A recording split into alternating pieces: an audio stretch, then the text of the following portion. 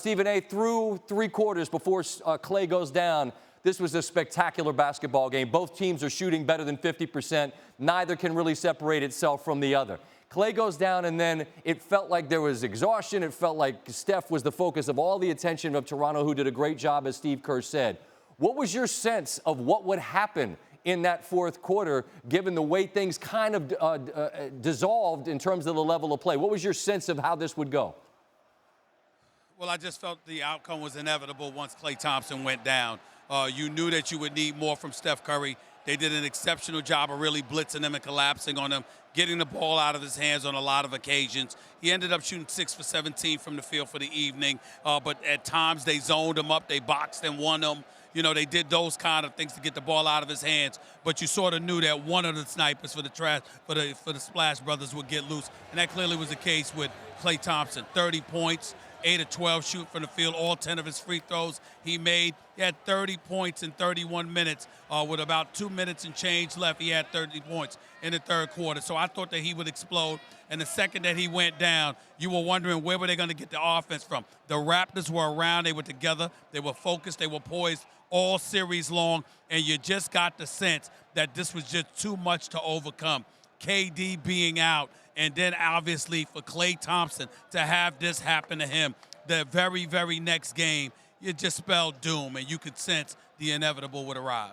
Stephen A., this is a stars league, and Kawhi is a star. He showed it again. But you know what's mind-boggling to me? Fred VanVleet had 14 points in an entire series against Philadelphia. And when push came to shove, he shows out in the fourth quarter of a closeout game and makes the shot that gave him a lead. They never surrender. I'm curious what your sense is of a guy who's been saying bet on himself, and then that bet pays off. Well, I just pay attention to Masai Ujiri.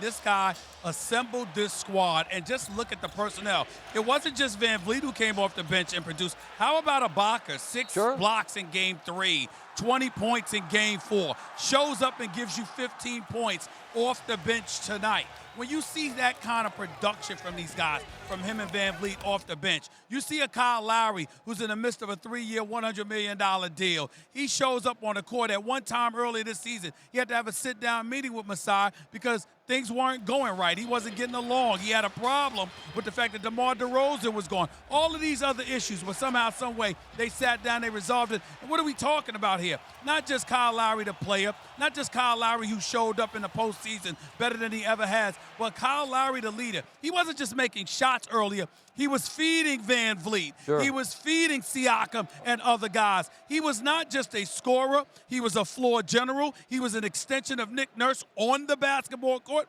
And then you look at a rookie coach in Nick Nurse. You get rid of the coach of the year in Dwayne Casey, who guided you to 59 wins. You bring in a guy that had never been an NBA head coach, and then you give him that job. And in his first year, he guides you through Philadelphia, through Milwaukee, when we thought they were done, and obviously took advantage of practically every opportunity that was presented to him. You just can't say enough about Masai Ujiri. This is one of the reasons why the Washington Wizards and basically any other team probably wants him as their president of basketball operations, because he bet on himself, he bet on his team, and obviously they came through for him. Yeah, Woj is reporting that they're going to make a monstrous offer, they being the Wizards. And they should. Yep, Kyle, and they should. Listen, as a guy from D.C., I agree. Kyle Lowry's going to join us in a minute. And Stephen A., just looking at this Golden State team that's got a couple of guys that we all know are free agents this summer, or could be, in KD and Klay.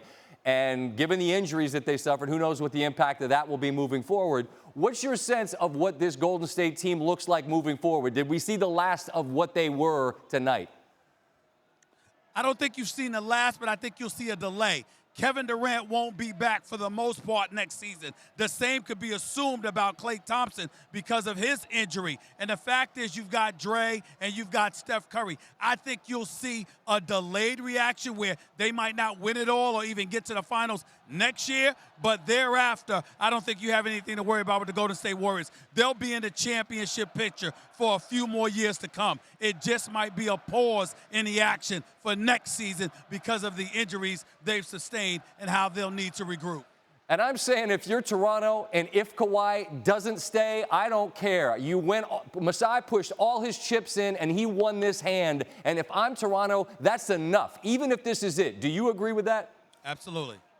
Yeah. Totally agree with it. You took a risk for this very moment to capture a championship. You made a bet that if we captured this, it would be worth it. And oh, by the way, it was really to get over the hump and get to the NBA Finals. Well, they didn't just get here, they won it, albeit assisted by a plethora of injuries to the Golden State Warriors. Remember, Iguodala in Game 1, KD before the series began, then in Game 5, Klay Thompson misses Game 3. All of that stuff happened, and Boogie Cousins wasn't himself either. But in the end, you took advantage of the opportunity and you got the job done with focus, with poise, being led by a superstar who reminded us he's a superstar. He played like it. He was worthy of NBA Finals MVP. It was worth the risk because you've received the ultimate reward. No matter what happens, mission accomplished. You and I completely agree. Stephen A., you wake up early, you do a couple hours of TV, then you go do radio, then you do SportsCenter hit specials, and then you come on with me late at night, man. I appreciate you doing it. I know nobody works harder than you.